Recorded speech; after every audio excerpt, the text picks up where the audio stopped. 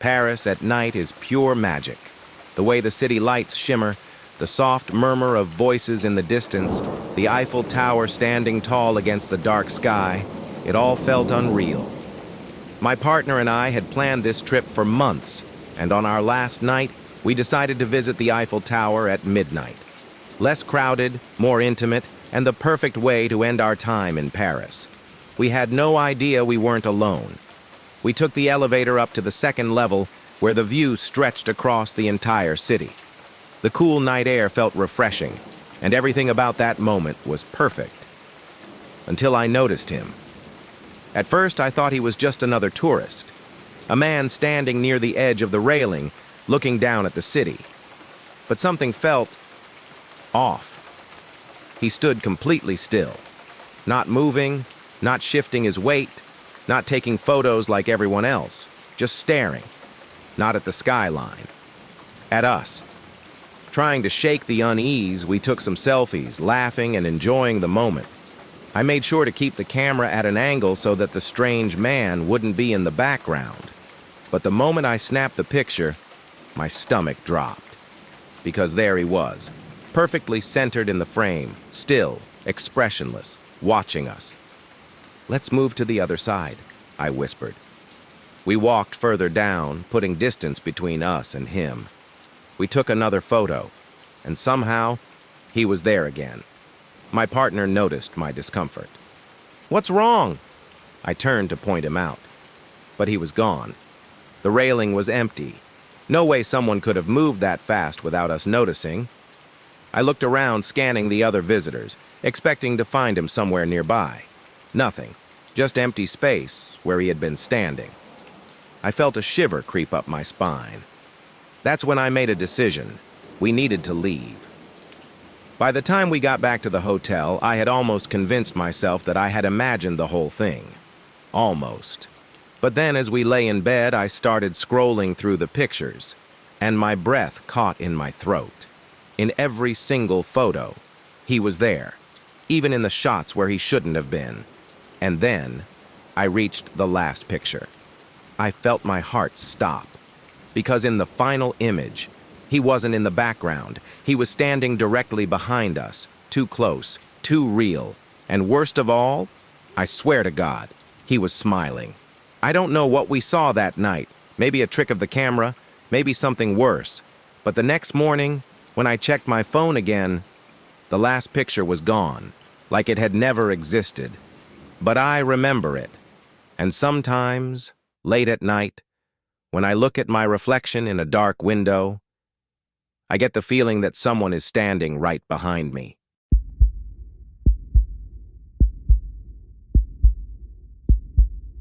Paris is beautiful above ground, but underneath its streets lies something much darker. I had always wanted to visit the Paris Catacombs, the eerie tunnels filled with the bones of 6 million people. It was one of those bucket list experiences, the kind of thing that gives you chills but also feels like an adventure. I just didn't expect to leave with more questions than answers, because when I got back home, I learned something terrifying. The tour guide who led me through the catacombs, he was never supposed to be there. I was traveling solo, so I booked a small guided tour of the catacombs. There were about 10 of us, plus the guide, an older man with deep-set eyes and a heavy French accent. He introduced himself as Jacques and spoke in a low, steady voice. "These tunnels are ancient," he explained as we descended into the underground maze. "They stretch for over 200 miles. Many have entered alone and never returned. Classic horror movie stuff." At first, everything felt normal. Damp air, dim lighting, the faint scent of earth and decay. The walls were lined with endless skulls and bones, stacked neatly in strange patterns. But something about Jacques felt off. He never blinked much. He walked silently, effortlessly, his steps never echoing like ours did. And he never smiled. As we walked deeper, Jacques suddenly stopped. He turned to face a narrow, unlit tunnel branching off from the main path. "Most tours do not go this way," he murmured, "but I will show you something special." The group hesitated, shifting uneasily. The tunnel looked wrong. The air inside was heavier, and something about the darkness seemed too deep. I opened my mouth to protest, but before I could, Jacques stepped inside, and like a spell, we followed. The tunnel was narrower than the others, the air colder. Bones jutted from the walls, some loose, as if they had been moved recently. Then I noticed something strange. Jacques wasn't using a flashlight. The dim glow of our phones and headlamps flickered across him, but he cast no shadow. I felt my stomach drop. "This isn't right," someone whispered behind me. That's when Jacques stopped walking. Slowly, he turned to face us. "This is where they bring the lost ones," he said, voice barely above a whisper. "This is where they listen." The air turned frigid. And then, the lights went out. Panic rushed through me. I spun around, expecting to hear footsteps, voices, but there was nothing. I flicked on my phone flashlight. Jacques was gone.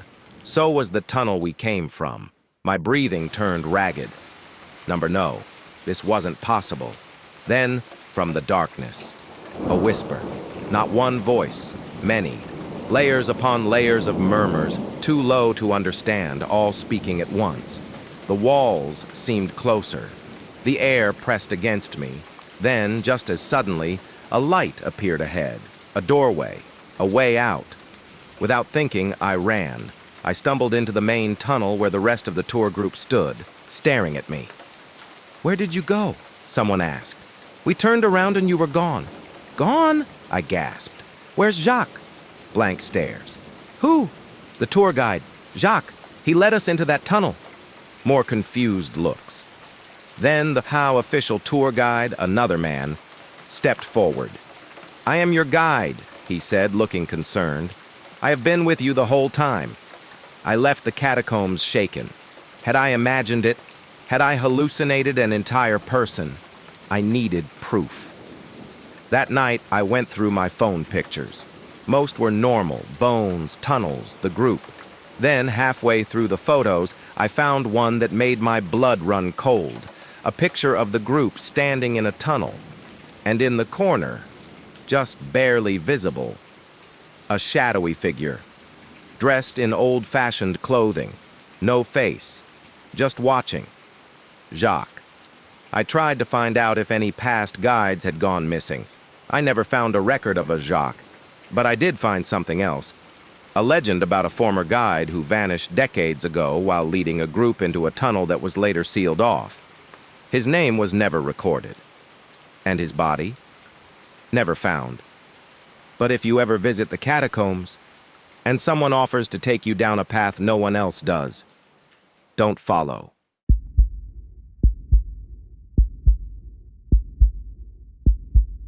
Paris had always been at the top of my travel list.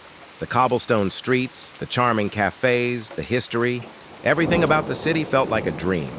So when I found a cozy little Airbnb in the heart of Paris for an unbelievable price, I booked it immediately. I should have known something was wrong when the host never responded. But by the time I realized that, it was too late.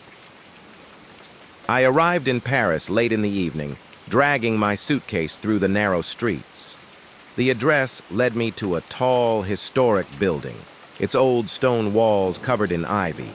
The entrance was exactly like the listing's photos. A black iron gate, a small courtyard, and a blue wooden door with a brass handle. Everything looked normal. But when I knocked, no one answered. I checked my phone. No messages from the host. Maybe they had left the key somewhere. I tried the door handle, and to my surprise, it opened.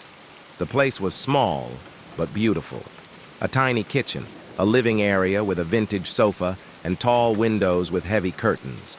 It even smelled old, like dust and faded perfume. There was no TV, no modern appliances, just old furniture, a bookshelf filled with antique novels, and a strange ticking clock on the wall. I shrugged off my unease. It's an old apartment. That's part of the charm. I set my bag down and locked the door behind me.